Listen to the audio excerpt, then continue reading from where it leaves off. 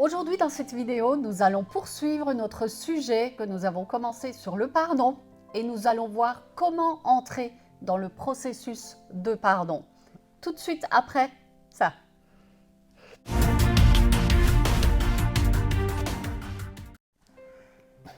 Bienvenue à tous. Bienvenue à vous tous. Nous sommes très heureux de vous retrouver ce matin. Comme 2 fois par semaine ensemble, c'est une grâce et une joie de pouvoir vous retrouver. N'oubliez pas de vous abonner si vous ne l'avez pas encore fait. On vous encourage à suivre et revenir aussi sur les vidéos précédentes. Peut-être vous nous découvrez et c'est la première fois que vous venez. Donc mon épouse Fabienne et Serge Herbrecht, nous sommes le couple pastoral de l'église bi-chrétienne de Saint-Dié des Vosges. Donc vous pouvez aussi aller sur le site internet vie-chrétienne.fr. vie-chrétienne.fr. Alors, sans tarder, nous allons attaquer le sujet.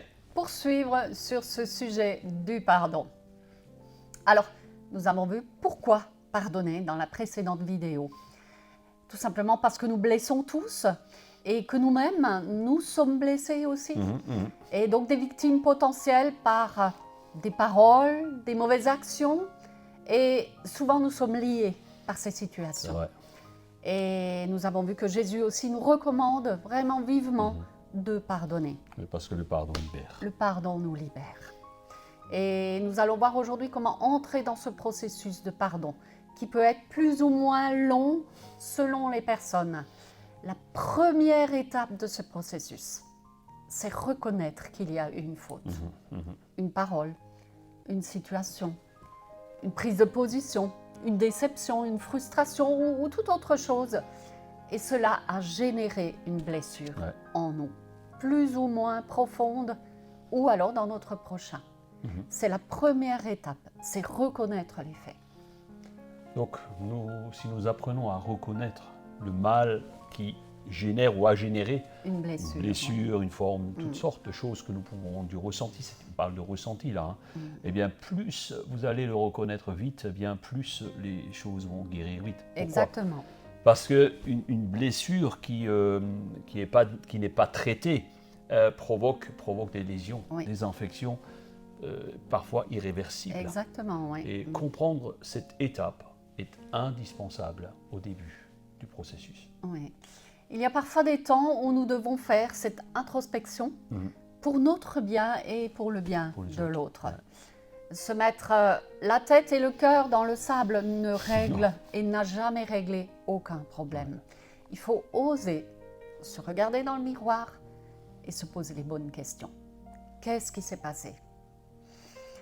Quelles sont les circonstances qui nous ont amenés dans cette situation ? Quelle est ma part de responsabilité ? Est-ce que je l'ai géré ? Est-ce que je l'ai bien géré ? Comment est-ce que je l'ai vécu ? Comment est-ce que tu vis les choses ? Ou comment est-ce que tu les subis ? Qu'est-ce que j'ai subi ? Est-ce que, une question importante, est-ce que je suis à l'origine du problème ? Est-ce que j'ai ma part de responsabilité ? Et on peut aussi se demander, ce qui s'est passé, quel impact ça a eu sur moi ? Et sur l'entourage, parce que forcément il y a des conséquences. Est-ce que j'ai mesuré cette dimension-là ? Parce que parfois nous ne mesurons pas. On voit notre petite personne et nous ne mesurons pas l'impact général que peut produire une situation de gangrène, de non-pardon. Et c'est parce que c'est quelque part c'est un peu égoïste de réagir comme ça. Ou quelles conséquences cette blessure a-t-elle généré dans ma vie ? Et quelles seraient les conséquences s'il y avait un pardon sincère ? Là, c'est une question cruciale. Si je réussis à pardonner aux autres ou à moi-même ou réconcilier les choses, quelles seraient les conséquences ? Et sûrement qu'il y aurait du bénéfice. C'est clair. Sûrement. Toutes ces questions doivent vraiment nous aider à y répondre et on vous invite à revenir peut-être en arrière sur la vidéo, les réécouter, les noter. Et on va vous donner tout à la fin de la série un petit questionnaire PDF, qui va vous aider. Oui, voilà. Donc, dans ce processus finalement. Pour vous aider à rentrer dans ce processus décisionnel quelque part. Alors peut-être tu te trouves dans pour la énième fois dans ce genre de situation avec une personne ou un groupe de personnes et tu es au bout, tu n'en peux plus. Alors, on a un exemple dont nous allons simplement vous partager un exemple biblique. Dans l'évangile de Matthieu, au chapitre 18, verset 21, il est dit « Alors Pierre s'approcha de Jésus et lui demanda « Seigneur, si mon frère se rend coupable à mon égard, combien de fois devrais-je lui pardonner ? Irai-je jusqu'à 7 fois ?» « Non, lui répondit Jésus, je ne te dis pas d'aller jusqu'à 7 fois, mais jusqu'à 70 fois 7 fois. » Waouh! Cette parole nous indique qu'il faut bien sûr pardonner un très grand nombre de fois. Oh oui. Certains théologiens pensent que c'est de façon illimitée. Moi, je ne sais pas Fabienne, moi je ne suis pas tout à fait de cet avis, mais nous allons y revenir dans une prochaine capsule en détail, simplement pour partager notre position sur ce point-là. Nous allons en discuter sérieusement et vous apporter notre point de vue. Donc surtout, n'hésitez pas à partager ces vidéos parce qu'elles vont apporter quelque chose de bon à chacun. Donc il faut se dire qu'une fois que tu as identifié les éléments, répondu à toutes les questions, les éléments qui ont causé la blessure, cela nécessite une remise en question. Et il ne faut pas laisser la plaie, la petite coupure s'infecter et se transformer en gangrène. Il faut faire un choix. Soit de pardonner à quelqu'un, soit d'aller aussi demander pardon. Cela nous arrive aussi et nous allons le voir à l'étape suivante. L'étape suivante, c'est décider. C'est décider. Donc une fois que tu as fait le constat, il y a un choix, il y a l'étape de décision. Est-ce que je vais le faire? Est-ce que je vais aller? C'est une décision. Et c'est le plus souvent l'étape cruciale qui est la plus difficile à franchir. Pourtant, il ne faut qu'une demi-seconde, tac, un instant, pour prendre une décision. Et malheureusement, parfois, il nous faut le restant de la vie pour la mettre en pratique, surtout dans ce domaine-là. Pourquoi? Parce que cela nécessite une vraie dose d'humilité. C'est la chose que la plupart d'entre nous ont beaucoup de mal à assumer. Et sachez que l'humilité est la base de toute bonne relation. Et il faut de l'humilité pour pardonner. Alors pour vivre en société, le Seigneur nous enseigne que l'amour est la clé de voûte. Tu ne peux pas pardonner si tu aimes ton prochain. Tu ne peux pardonner que si tu aimes ton prochain. C'est ça. Alors on voudrait vraiment vous dire que vous et moi n'étions absolument pas aimables au regard de Dieu. Non. Puisque nous étions tous pécheurs, comme nous dit Romains 3, 23, où il est dit tous ont péché et sont privés de la gloire de Dieu. Et ils sont gratuitement déclarés justes par sa grâce. Par le moyen de la libération qui se trouve en Jésus-Christ. Et il est question de libération ici. Il nous est dit que le pardon libère. Amen. C'est par Christ que nous sommes entièrement pardonnés, restaurés et sauvés. Voilà pourquoi, par amour, il veut que tous soient libérés de la captivité du péché et de la mort. Et nous allons le voir dans l'épître de Jean, première épître de Jean, chapitre 4, verset 8. Qui n'aime pas n'a rien compris de Dieu, car Dieu est amour.